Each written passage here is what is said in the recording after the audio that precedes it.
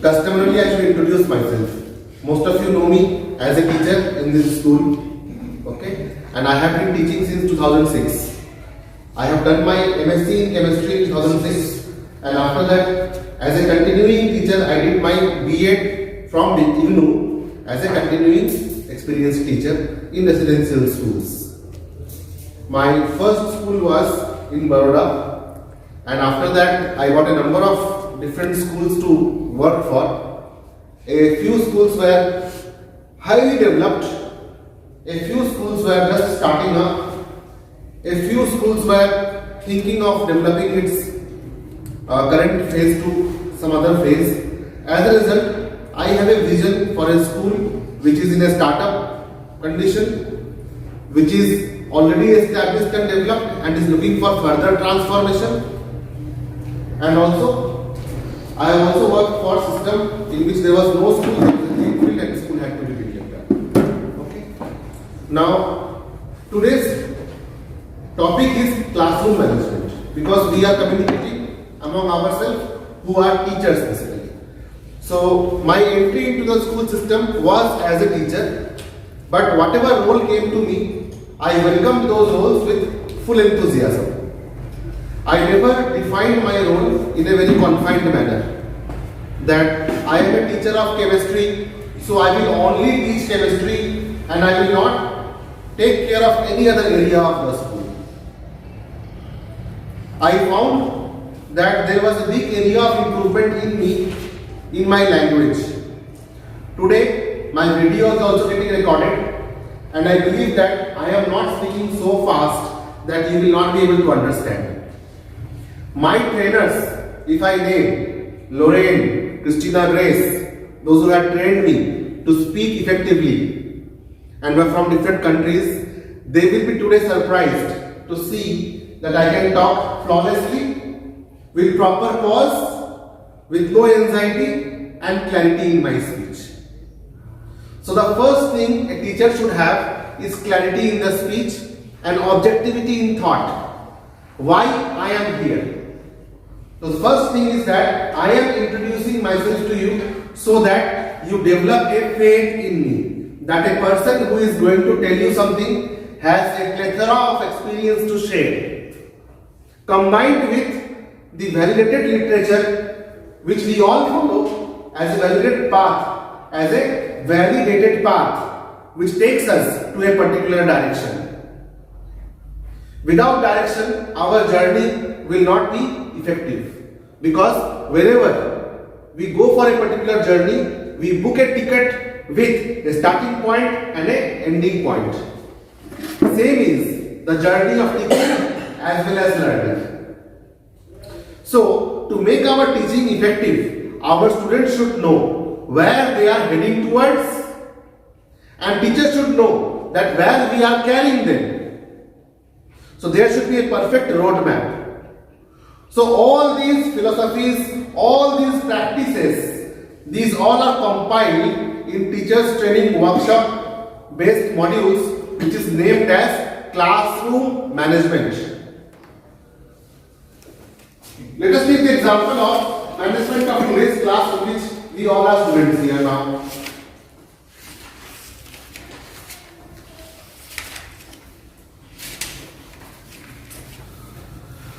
What is the first impression you get when I write a topic on the board? What is the first impression you get when I write a topic on the board? I could have not taken this board here. I could have spoken about the classroom management topics without any board, but I am using a classical or a very conventional green board and a chalk. Why am I writing this topic here? Anyone? We have to break the ice, we have to talk. Yes. Yes, to get the idea clear in our mind that what particular thing we are going to learn and to discuss about. Yes, because there are so many things now. Thank you. So there are so many things which we can speak and we can get deviated towards. So to value the importance of time which you are giving to me and the value of time which I am giving to you, we have to be confined with system and not deviated towards the surrounding. Whenever we look at a particular frame, there will be a system and there will be a surrounding. As of now, we are sitting in a conference cum library room, wherein the system is your table, your chair, your notebook, this routine mode, a few books, but our system is me, you and the topic. Okay? So the first and important thing is to define the objectivity. That today's topic is classroom management. Second important thing is that we have to understand the baseline of our students, where they are starting from. Baseline. Without understanding baseline, we cannot go anywhere. So we have to start with some baseline evaluation. Say for example, I go to a school where already classroom management based training had taken place, and it has taken place year after year as the orientation program. Okay, now there my approach of training classroom management will not be basic, but will be advanced. So any particular topic has three levels: beginners level, intermediate level and advanced level. So without knowing your baseline, I cannot start with. So I will be asking a few questions to you all. These questions are not the quiz questions, but these questions are to break the inertia. I want most of you to answer me and none of the answers will be wrong. Whatever answer you will give me will not be wrong. Okay? So we will start with a few vocabulary at first. Tell me something about content. Let us start with content. When the word content is written, what comes into your mind? Content. Yes, ma'am. The whole thing, the topic and एकदम। ये standard lesson का कुछ format है, ये मैंने कुछ use किया था, ठीक है। ये मैं रख देता हूँ, आप लोग देख लीजिएगा बाद में, बहुत कम ही लोग हैं, आप लोग फोटो खींच लीजिएगा, ठीक है। और उसके बाद फिर हम एक रोल प्ले करेंगे। अभी देखिए मैंने डिजाइन बना दिया है बोर्ड में, डिजाइन बना हुआ है, आप भूलेंगे नहीं। तो पहला है कि आपको लर्निंग ऑब्जेक्टिव्स लिखना है कि बच्चे का लर्निंग ऑब्जेक्टिव क्या क्या हो, मतलब what students will be able to do after you have taught. वो डू कैसा होना चाहिए? Knowledge based, application based, skill based, understanding based. उसके क्वेश्चंस कैसे होने चाहिए नॉलेज बेस्ड के? व्हाट, व्हेन, ये इस तरह के question, name, define, what, when, name, define, ठीक है। अंडरस्टैंडिंग का मैंने बताया था आपको, कंपैरिजन, एनालिसिस, क्रिटिकल थिंकिंग, ये सब क्वेश्चन हो। Understanding, reasoning based question, understanding हो गया, ठीक है। स्किल, इसके लिए प्रैक्टिस चाहिए। Draw the diagram of stomach, draw the diagram of digestive system, draw the diagram of respiratory system, ठीक है। Make a flow chart of this process, ठीक है। डिराइव दिस फॉर्मूला, ये सब स्किल बेस्ड है। तो ये ऐसे जो क्वेश्चंस होंगे वो स्किल बेस्ड होंगे। तो दो रोका, स्कैफोल्डिंग किया, स्कैफोल्डिंग समझ गए आप, ठीक है। उसको यूनिडायरेक्शनल मेथड में जाने के लिए आपने उसको दायरा बांध दिया, ये नहीं करना, ये करना, ये सब कुछ कर दिया, आपका प्रोसेस खत्म हो गया। अब आप क्या करेंगे? बच्चे को सिचुएशन देने की परफॉर्म करें, ठीक है। तो कैसे करेंगे? उसके लिए कॉन्सेप्ट है ग्रास्प। जैसे मैं उस वर्ड को यूज कर रहा हूं, ग्रास्प, ग्रास्प, ग्रास्प, तो आपके मन में क्या आ रहा है? What is the meaning of the word grasp? Catching power, catching power, ठीक है। तो कैचिंग पावर डेवलप करने का है ग्रास्प मीनिंग, लेकिन यहाँ पे ग्रास्प का मीनिंग कुछ और है। यहाँ पे हम क्या करेंगे? जी फॉर गोल। बच्चे को हम एक गोल देंगे। मैंने आपको आप लोग उसको गोल दिया है, क्या गोल दिया है कि आप लोगों को एक स्किट करना है, और वो स्किट जो है वो उसका मैसेज होना चाहिए फटाफट।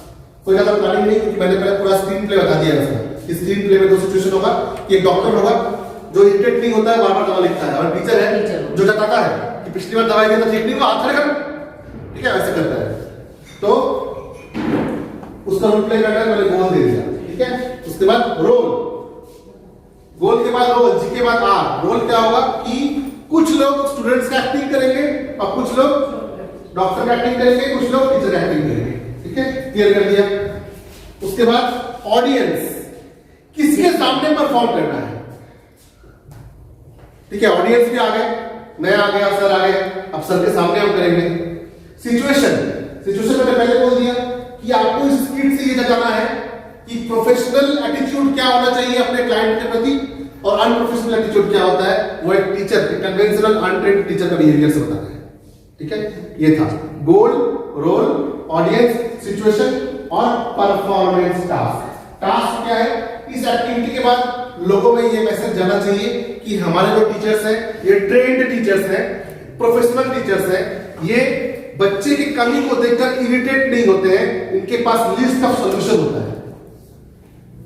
प्रॉब्लम जब भी होगा वो डिफाइनेबल होगा। जिस प्रॉब्लम का कोई डेफिनेशन नहीं है वो प्रॉब्लम ही नहीं है, परेशानी है, trouble. So there is a problem, there is a difference between trouble and problem. A trouble has no definition. मेरे पेट में दर्द है, it is a trouble, it is not a problem. मेरे पेट में स्टोन है तो ये प्रॉब्लम है because I know that stone is there, stone को हटा देंगे तो ठीक हो जाएगा। तो problem is defined, trouble is not defined. तो प्रोफेशनल्स के पास प्रॉब्लम डिफाइंड होता है और उसका सॉल्यूशन जो है स्टैंडर्ड सॉल्यूशंस होते हैं। जैसे कोई बच्चा क्लास 2 से 3 में एडमिशन ले लिया, आज का केस क्लास, और उसके बाद जो उसका गैप है, लर्निंग गैप है, वो मैनेज नहीं हुआ, पेरेंट्स टेक केयर नहीं कर पाए, टीचर्स का ग्रास्प नहीं रहा बच्चे पर बहुत सारे कारणों से, और उनकी मां घर पे बीमार रहती है, घर का एनवायरमेंट खराब है, इस सिचुएशन में, ठीक है। अब हमें उसको सॉल्व करना है, तो सॉल्यूशन होगा ना, वो सॉल्यूशन का एक लंबा दौर होगा। प्रॉब्लम जितना फास्ट हमें दिखता है, जो दर्द हमें दिख रहा है, वो दर्द कोई ऐसा ऑपरेशन करके भी नहीं ठीक होता था, ऑपरेशन करने के बाद भी ऑपरेशन का दर्द बनता है। देयर विल बी टाइम, तो हमें इस स्किट में वो दिखाना पड़ेगा, ठीक है। तो जो मैंने आपको अभी डॉक्यूमेंट दिए हैं, उस डॉक्यूमेंट में आपको सबसे पहले क्या करना है, लर्निंग ऑब्जेक्टिव डिफाइन करना है, in which what students will be able to do after you have taught. आपके पढ़ाने के बाद बच्चा क्या क्या कर पाएगा, क्या डिफाइन कर पाएगा, क्या डिस्क्राइब कर पाएगा, क्या डिस्टिंग्विश कर पाएगा, क्या बोल पाएगा, क्या ड्रॉ कर पाएगा, क्या कैलकुलेट कर पाएगा, क्या डिराइव कर पाएगा। इसमें नॉलेज, एप्लीकेशन, अंडरस्टैंडिंग स्किल सारे कवर हो जाएंगे और आपको चक्के की आविष्कार बार बार नहीं करनी पड़ेगी। ये सारे आपके एक्सरसाइज के एंड क्वेश्चंस में दिए रहते हैं, ये सारे आपके क्वेश्चन बैंक में दिए रहते हैं, ये सारा काम पब्लिशर्स और बुक राइटर्स कर चुके हुए होते हैं। Your role is a classroom manager as a teacher, ठीक है। ऐसे टीचर्स के बहुत सारे रोल होते हैं, teacher as a social worker, teacher as a leader, teacher as a manager, ठीक है। तो आप, हमारा आज का टॉपिक है वो है CR, classroom management, which will empower you to become classroom manager, classroom को मैनेज करना, ठीक है। तो अगर हम चेकलिस्ट की बात करें, बार बार एक चीज पर रिपीट करता हूं बिकॉज एक चीज को एक बार बोलने से भी याद नहीं होता, मैं बार बार उसको रिपीट कर रहा हूं, ठीक है। जब वो क्लासरूम को मैनेज करना हो, सबसे पहले मैनेजमेंट का पहला टॉपिक है प्लानिंग। प्लानिंग क्या करेंगे, मेरा क्लासरूम कैसा हो, मेरा क्लासरूम क्लीन हो, मेरे क्लास में कोई क्लटर ना रहे, कोई कीड़े ना निकले रहे, कोई बुलेटिन बोर्ड में पुरानी बासी चीजें ना रहे, ठीक है। सब कुछ क्लीन हो, ब्लैक बोर्ड क्लीन हो, डेट टाइम लिखा हुआ रहे, ठीक है। अगर मॉपिंग नहीं हुआ हो तो हम बर्दाश्त नहीं करेंगे, चीखेंगे चिल्लाएंगे, लेकिन हम आइडेंटिफाई करेंगे, ठीक है। हम बोलेंगे दीदी को कि मैम कहीं क्लास तो गंदा है, मैं नहीं पढ़ा सकता इस तरह से, क्लास साफ होनी चाहिए। ये प्रेशर आप क्रिएट करेंगे, ना कि हम और स्कूल के ओनर, क्योंकि क्लासरूम आपका है, you are the king of the classroom, ठीक है। प्लानिंग, ऑर्गेनाइजिंग, बच्चे कैसे कैसे बैठेंगे, एक बेंच में 2 बैठने का कर रहे हैं तो उनको सेपरेट कर दीजिए, डिस्टेंस बना दीजिए, रोटेशन कर दीजिए, ठीक है। उसके बाद स्टाफिंग तो नहीं करना है आपको, ठीक है। सिचुएशनल एडजस्टमेंट करना है, सिचुएशनल एडजस्टमेंट कि अगर कोई बच्चा कमजोर है, दिखता नहीं है उसको, तो पीछे बैठा हुआ बात कर ले, ठीक है। ये सब ध्यान रखना है, ये अप्रोच होनी चाहिए। ऑक्टोपस की तरह हाथ होगा टीचर का, खुला हुआ, पॉकेट में हाथ नहीं, ठीक है। सबको लगे कि सर हम मुझसे बात कर रहे हैं, मुझसे बात कर रहे हैं, आई कांटेक्ट सबके साथ, आई कांटेक्ट सबके साथ, एक एक पॉइंट चेकलिस्ट की तरह लिख के लाइक आप लिख पाए हो, ना लिख पाए मैं चेक कर दूंगा, ठीक है। मेरे पास चेकलिस्ट है, 54 पैरामीटर्स है किसी टीचर का किस क्लास में परफॉर्म करने का। ये 54 पैरामीटर में अगर आप 5 पैरामीटर पूरा कर लेना तो आप वर्ल्ड क्लास टीचर बन जाएंगे। जब मैं क्लास में जाता हूं, मेरे ये 54 पैरामीटर्स को 25 पैरामीटर्स पूरे होते हैं। माइक्रो टीचिंग के दौरान ये 54 पैरामीटर्स पर प्रैक्टिस करेंगे, क्योंकि क्लासरूम मैनेजमेंट को पढ़ाने के बाद ये मैं टीच किया, ट्रेन नहीं किया। ट्रेन तब करूंगा जब मैं टायर लगाऊं, रस्सी लगाऊं, गड्ढा खोदूं और आपको बोलूं रेस करो।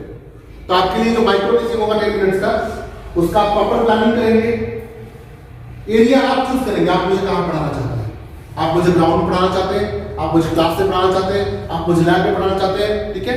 तो एरिया आप चूज करेंगे, कंटेंट प्लानिंग आप करेंगे, ठीक है। प्लानिंग, ऑर्गेनाइजिंग, सिचुएशनल एडजस्टमेंट्स वो आप करेंगे, ठीक है। उसके बाद फिर क्या है, डी का डेलीगेटिंग। अगर आपको असिस्टेंट टीचर चाहिए या कोई आपका जमुरा चाहिए, है ना, जमुरा समझते हैं कि मैं कुछ ऐसा सर्कस कर रहा हूं कुछ, है ना। अब कोई चाहिए मुझे, क्या हो भाई तुम मेरे साथ ये कर दो, ये पकड़ लो, ठीक है, तो मैं बन जाऊंगा, किसी को बना दीजिए, सो डेलीगेशन करते हैं, ठीक है।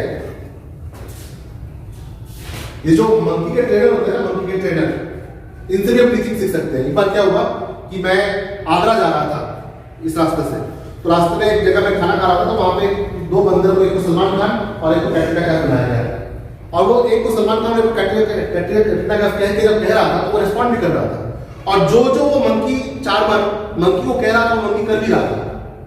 तो मुझे लगा कि ये अगर मंकी को ट्रेन कर सकता है तो हम अपने अच्छे बच्चों को भी ट्रेन कर सकते हैं। ये तो इंग्लिश भी समझ रहा है, ये जिम्नास्टिक भी समझ रहा है, ये फ्रंट रोल भी समझ रहा है, ये साइड कार्ड भी समझ रहा है।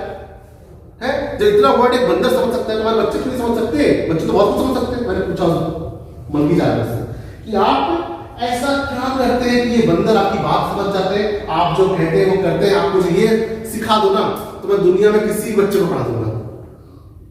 तो उसने मुझसे 5 रुपए लिए गुरु दक्षिणा और फिर सिखाया, ठीक है। उसने कहा कि साहब 5 रुपए दो तो सिखाओ, 5 रुपए बोला कि ये सारे गुण बंदर के अंदर होते ही है, लेकिन मैं ये वर्ड को बोलता हूं और जैसे ही वो करता है तो मैं उसे मूंगफली देता हूं, पॉजिटिव रेनफोर्समेंट। जब भी बच्चे के अंदर कोई भी अच्छा क्वालिटी आपको दिखे, उसको तारीफ करने से बच चुकी है, उसका एनेक्डोटल रिकॉर्ड लिखने से बच चुकी है। फिर जब भी आप उसकी तारीफ करेंगे ना, जैसे आप सलमान खान बोलेंगे तो अपना बॉडी दिखाएगा, ठीक है। तो बच्चों को आप संबोधित कर सकते हैं, you are very good in mathematics, so in this I will be taking your help, you come and solve, ठीक है। इधर हम फिजिक्स पढ़ा रहे हैं, साइड में कैलकुलेट कोई और कर रहा है, साथ साथ जल्दी होगा, क्लासरूम वेल मैनेज होगा, इन्वॉल्व होगा, एंगेज क्लासरूम होगा, और चाइल्ड सेंट्रिक क्लासरूम होगा। 2 तरह का क्लासरूम होता है, चाइल्ड सेंट्रिक, टीचर सेंट्रिक, ठीक है। उसके बाद फिर क्या है, कोऑर्डिनेट करना। टीचिंग में कोऑर्डिनेशन का मतलब है कि विद इन स्टूडेंट्स कोऑर्डिनेशन हो, विद इन स्टूडेंट्स कोऑपरेशन हो, या फिर टीचर टीचर कोऑर्डिनेशन हो। अगर इंटरडिसिप्लिनरी कोई टॉपिक हो तो हम टीम टीचिंग कर सकते हैं, ठीक है। जैसे अगर इंडस्ट्रियल रिवॉल्यूशन चल रहा हो, ठीक है, तो ये हिस्ट्री का टॉपिक है। एक बीटेक का जो बंदा होगा ना, वो जो इंडस्ट्रीज के बारे में बता देगा, वो हिस्ट्री का टीचर नहीं बता सकता। तो हम एक सिंपोजियम कर सकते हैं इंडस्ट्रियल रिवॉल्यूशन के बारे में, एक पीपीटी बना सकते हैं दोनों मिलके कि पहले की इंडस्ट्रीज क्या हुआ करते थे, आज की इंडस्ट्रीज क्या है, और कैसे इंडस्ट्रियल रिवॉल्यूशन हुआ। तो टीम टीचिंग, कोऑपरेट करना, कोलैबोरेट करना, ये तो टीचर टीचर का हो गया, इसे कहते हैं टीम टीचिंग, ये टेक्निक है टीम टीचिंग। दूसरा क्लास में हम कैसे करें, क्लास में मुझे अगर सिलेबस कंप्लीट कराना है और जल्दी कराना है तो मैं क्या करूंगा, फ्रेंच रिवॉल्यूशन चल रहा है, ठीक है, इनको मैंने कह दिया कि भाई आप जो है ना फ्रेडरिक सोलियो के बारे में 2-4 लाइन बता दीजिएगा, आप जो है ना यूरोप के मैप को डिस्क्राइब कर दीजिएगा, आप जो है ना नेपोलियन बोनापार्ट राइज बता दीजिएगा, ठीक है, आप जो है ना डेमोक्रेसी का डेफिनेशन बता दीजिएगा, आप जो है ना नेशन का 2 डेफिनेशन बताइएगा, एक डेफिनेशन जो रेगन ने बताया था और एक डेफिनेशन जो आजकल हम फॉलो करते हैं, ठीक है। तो इस प्रकार से सबको मैंने कह दिया, सबने बना लिया। बनाने के बाद एक एक करके आया है, टीचर आपस में कम चाहेंगे, अपने दोस्तों को सुनना ज्यादा चाहेंगे। ग्रुप एक्टिविटी भी हो सकती है, ग्रुप एक्टिविटी भी कर सकते हैं, ठीक है। और फिर जो फ्रेडरिक सोलियो ने डायग्राम बनाया था बहुत अच्छा सा, एक डेमोक्रेटिक कंट्री का, वो डायग्राम बोल सकते हैं ना कि आप खुद से बना के देखो ना कि आपका नेशन कैसा हो। किसान जा रहे हैं, झंडा लेके जा रहे हैं, देखिए वही हो रहा है।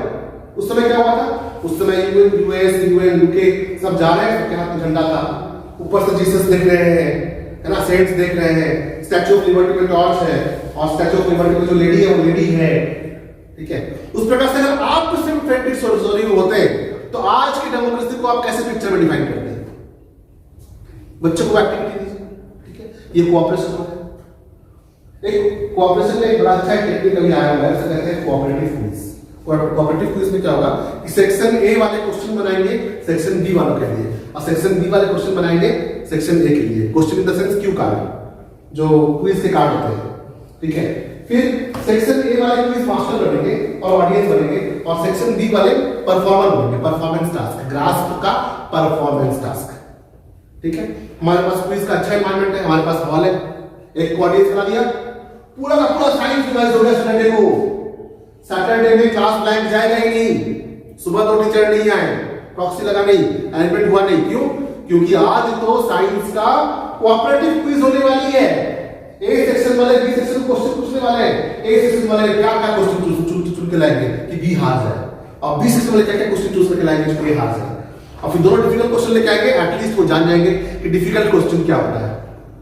उसका आंसर भी स्कैन हो जाएंगे, पावर पॉइंट में दिख जाएगा, स्लाइड में दिख जाएगा। लर्निंग आउटपुट भी बन गया, लर्निंग आउटकम भी अचीव हो गया। आउटकम आउटपुट, आउटपुट क्या बना, कंटेंट बना, पीपीटी बना। आउटकम बच्चों ने सीखा, क्या सीखा, क्यू कार्ड बना, क्वेश्चन बना, उस चैप्टर से कितने क्वेश्चन बन सकते हैं। अभी तो हाल ये है कि कुछ बच्चों से मैं पूछ लूं, कुछ बच्चों से सभी से, तो इंडेक्स में कितने चैप्टर से मुझे बता पाएंगे, क्लियर नहीं है। कुछ बच्चे सभी एग्जाम्पल असम में, तो कोऑपरेटिव क्विज, कोलैबोरेटिव क्विज कर सकते हैं। इसी का एक बड़ा दायरा है, तो इंटर स्कूल भी कर सकते हैं। इंटर स्कूल दो की बात है, इंटर सेक्शन कर लीजिए, ठीक है।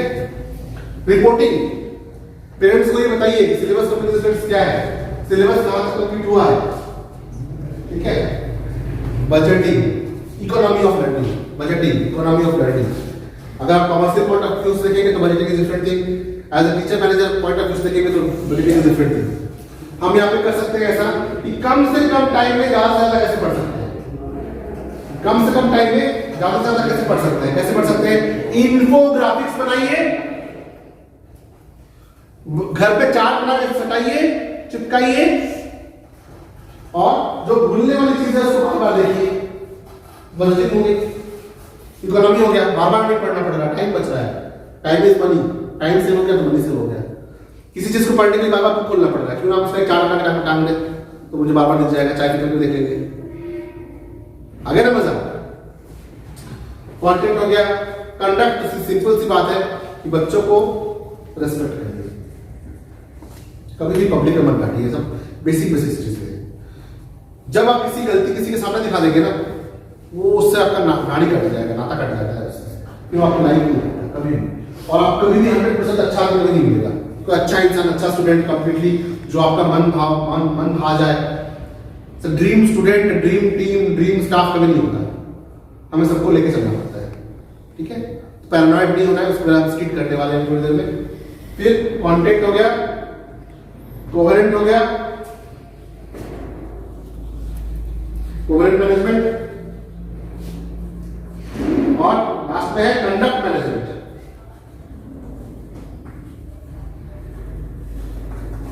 कंडक्ट मैनेजमेंट में बच्चों का कंडक्ट कैसा हो, घर पे कैसा हो, स्कूल में कैसा हो, क्लास में कैसा हो, लाइन में जाए, लाइन में आए, बात ना करे, ठीक से बैठे, प्रॉपर सेपरेशन हो, सोशल डिस्टेंसिंग हो, आजकल ये भी आ गया है, ठीक है।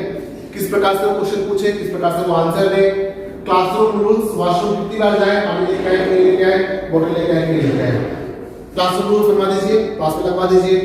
बार बार जब भी कुछ गलतियां करते हैं, क्लासरूम रूल्स दिखाइए उनको कि आपने ये रूल फॉलो नहीं किया, आपने बनाया था, आप मत बनाइए, बच्चों को बनाने दीजिए।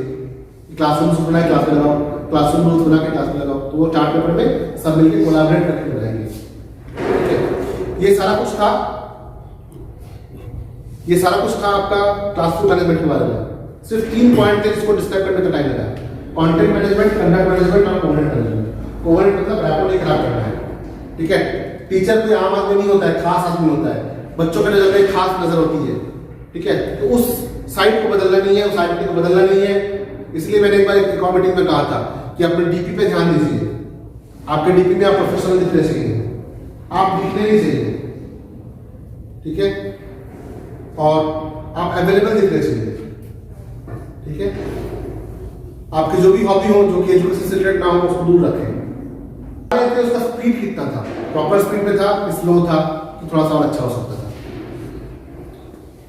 जो कंटेंट था कितना करेक्ट था, गलत तो नहीं पढ़ाया, स्पेलिंग मिस्टेक तो नहीं था, लैक ऑफ ऑर्गेनाइजेशन था, ठीक है। टेक्नोलॉजी यूज किया कि नहीं, क्विज करवाया कि नहीं, ठीक है। ये सारे पॉइंट्स पे लिखे हुए हैं। तो जब आप माइक्रो टीचिंग करेंगे ना, प्रैक्टिस करें। जी डॉक्टर, मेरे बच्चे के पेट में दर्द है, वो एक बार अंदर हो गया। हाँ जी। कौन सी क्लास में पढ़ते हैं? 6th में क्या करते हैं? मैंने बर्गर खाया था। क्लास में बैठ? हाँ, कितनी देर से हो रहा है दर्द? आज सुबह से ही हो रहा है, जब से बर्गर खाया है तब से। कहाँ, कौन सी जगह? यहाँ हो रहा है डॉक्टर। यहाँ बाहर की चीज़ें बेटा देख के खाया करो, ठीक है। मैं कुछ एक दवाई लिख रही हूँ, ठीक है। उसको सामने केमिस्ट से ले लेना, ये सुबह लेनी है, ठीक है। टैबलेट है, ये पीने की दवाई है, एक बार सुबह एक बार शाम को खाना खाने के बाद, ठीक है, गर्म पानी के साथ देना इसको। एक ये टैबलेट है सिर्फ शाम को खाना खाने के बाद, ठीक है। और ये बाहर की चीज़ें अवॉइड करो, ठीक है। और दलिया खिचड़ी देना इसको बस, ठीक है। हो जाओगे ठीक के बाद। फिर से पेट में दर्द हो रहा है। फिर से हो गया जी। क्या खाया बेटा? बर्गर खाया था। फिर से खा लिया। चलो वो दिखाना कौन सी दवाई। आराम हो गया था ये दवाई खाने से? हाँ थोड़ा हुआ था।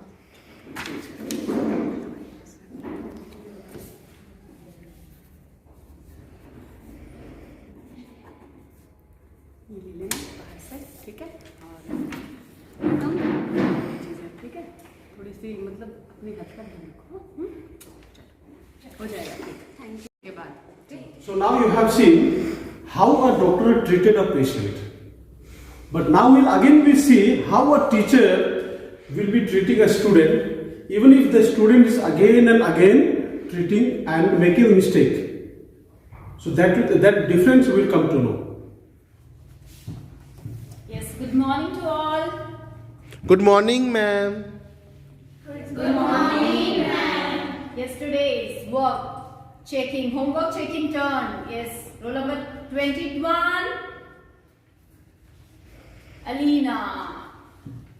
Roll number 21. Yes. आज आपने फिर होमवर्क नहीं किया?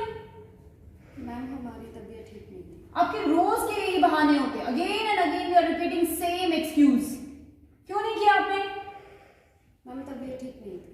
आपने पहले भी यही बहाना बनाया था और अभी भी आप यही बहाना बना रहे हैं। कब करना है आपने काम? मैम कल कर लेंगे। Okay, I will give you one more day. Go. Yes, roll number 22. Please come.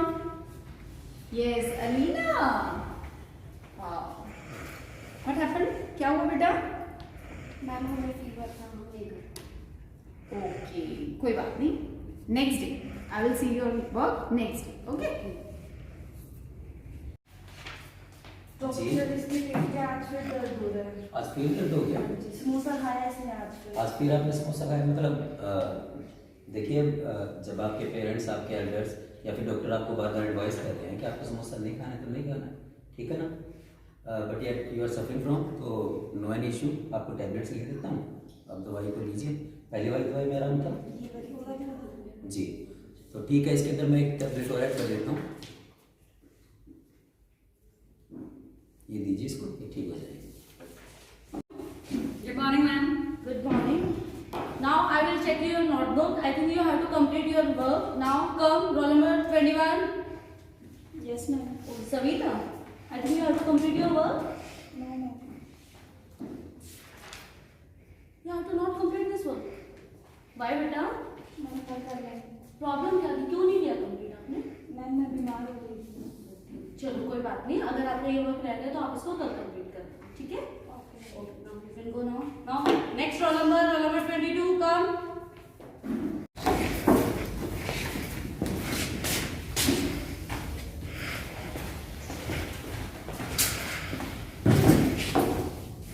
Yes, good morning everyone. Good morning, ma'am. चलिए आज आपकी नोटबुक चेक करते हैं। Yes, roll number 21, come. ओह सविता, बेटा आज आपने अपना वर्क कंप्लीट किया है?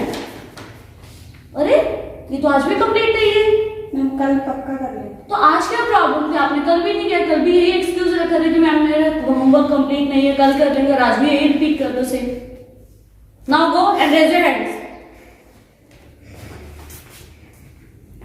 देखा इस छोटी सी स्किट में कि किस तरह एक बच्चा जो है एज अ पेशेंट वो डॉक्टर के पास आता है, पेशेंटली कामली किस तरह डॉक्टर जो है वो बच्चे को ट्रीट करता है अगेन एंड अगेन, बहुत कामली और बहुत politely. But in case of a teacher and student, in teacher and student relationship, एक टीचर जो है वो सिर्फ एक ही बार बच्चे को बोलता है, एक ही बार टॉलरेट करता है, नेक्स्ट टाइम वो जो है बहुत ज्यादा एग्रेसिव हो जाता है।